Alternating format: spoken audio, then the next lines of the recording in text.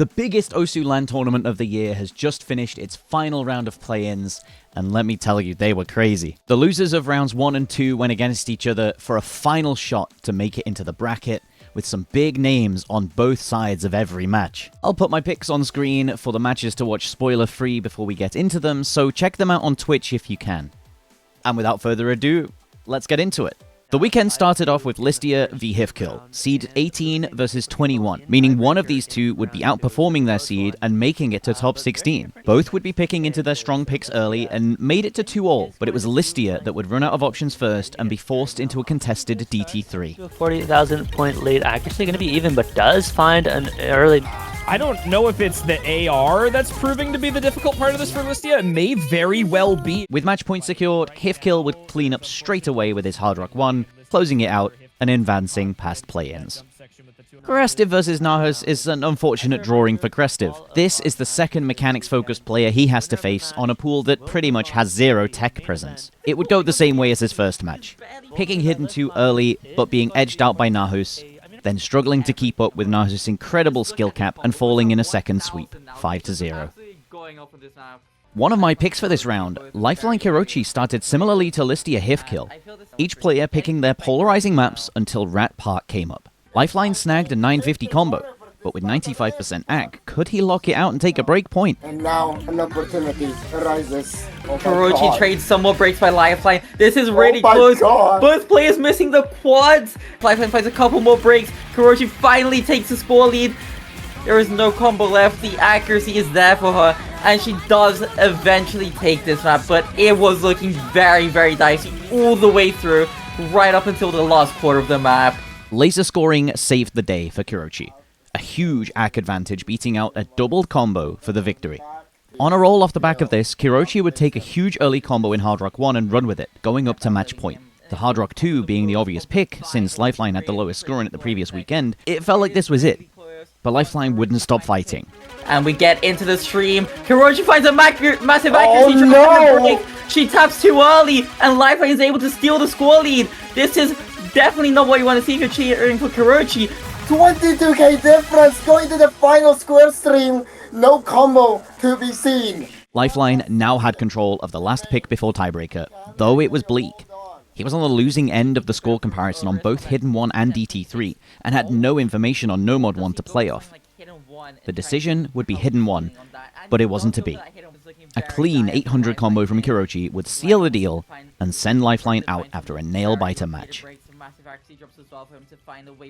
Amtic versus Arj, seed 16 v seed 11, is the first of 3 top 16 shootouts, and started immediately with fireworks on Arj's Nomad 3 pick. Going into the final 1 and 2s here is going to be very difficult. Going to the final impossible pattern. Both of them hitting it, but Amtic finding the miss. Down to 3,000 score difference, and it's going to swing to the side of Arch White in the nick of time. After a close shave, both players would take their own picks up to DT3, where Amtic really struggled to hold a combo, picking up more misses than 100s. Arj would capitalize on this gift with a tight win on Nomad 1, and despite Amtic trying to kill the momentum with Nomad 5, he would fall to a strong Hard Rock 1 play, becoming the first top 16 player to be eliminated.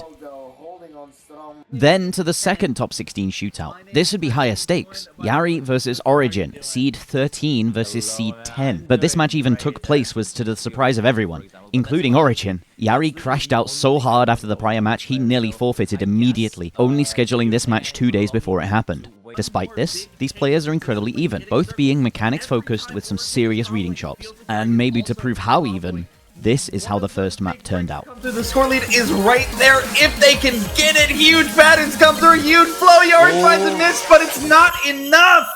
And Yari's going to walk away with a breakpoint on that Hidden 2.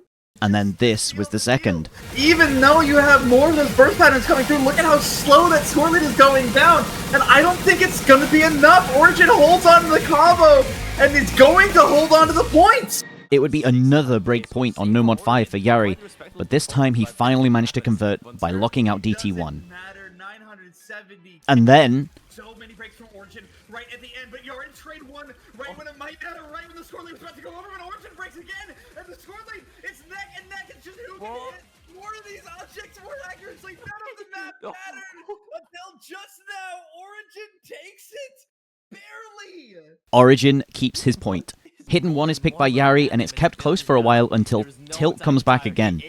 This time on Origin, who manages to survive through a tight Hard Rock 1, and then gets off to a great start on Yary's final pick. The combos know that Yary's holding on to that lead. It is possible still. You can still deny tiebreaker, but you have to play perfect on this aim control. Yeah, indeed, Origin is trying to hold the line, but it is just slipping through his fingers. The lead is fading slowly but surely. Traded break and more misses from Yary right after. Even more is going to get the score lead right back over to Origin, but Origin misses right after. Huge chain miss is going to mean accuracy drops. It's going to mean a huge score build up to Yary, who breaks once again. Origin in control, but not for long. Combo breaks mean the end, and Yari's going to take it once again. It feels like most of the map did not matter.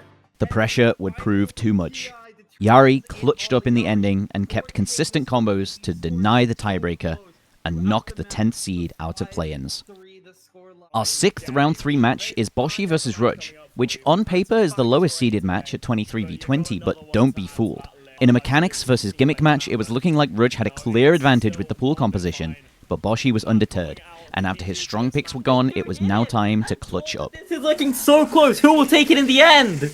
Yeah, this is getting more and more competitive. The map goes on. We see Rudge find the break the moment the map kicks back off. And Bosshi Man is now looking to try and secure that lead. Another miss to be found, despite the combo that he had built, wasn't able to bring it into his favor.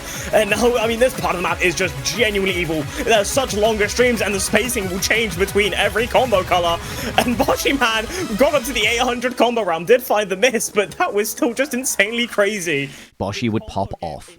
This is a huge score on Hard Rock 2. Rudge would run back his DT1, and the ball would be in Boshi's court again. He'd pick No Mod 3, a map both players scored incredibly on the prior week, and carried an early lead through the map to force tiebreaker. Unfortunately for Bosshi, the same thing would happen as last week. The mechanics lean in the tiebreaker would prove too much, and he would be eliminated. Awful tiebreaker if you ask me. Now for the match everyone had been excited for.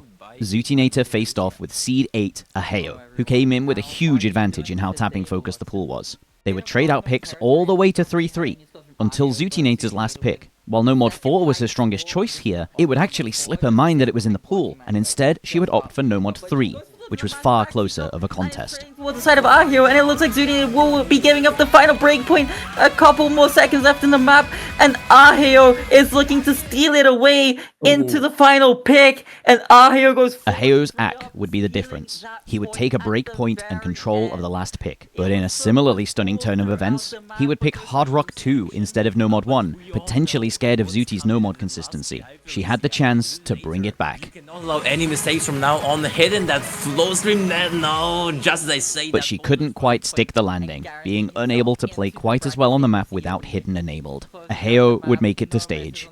Zuti was eliminated.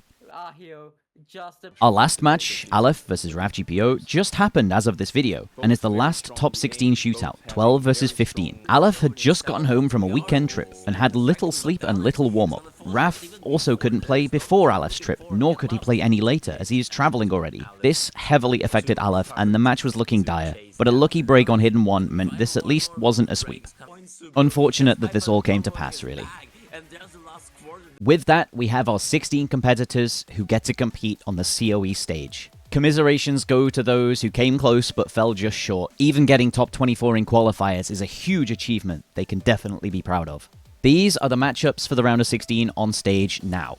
Check out twitch.tv/CO event on Monday the 27th for the map pool reveal, and watch the matches starting from the round of 16 on Thursday all the way through to the grand finals on Saturday. Also, if you're going, make sure to come say hi. I'll be there all weekend hanging around and putting some stage shows on. Subscribe to the channel if you want to see more Osu content, and I will see you back on Twitch after COE concludes for a recap of how it all went.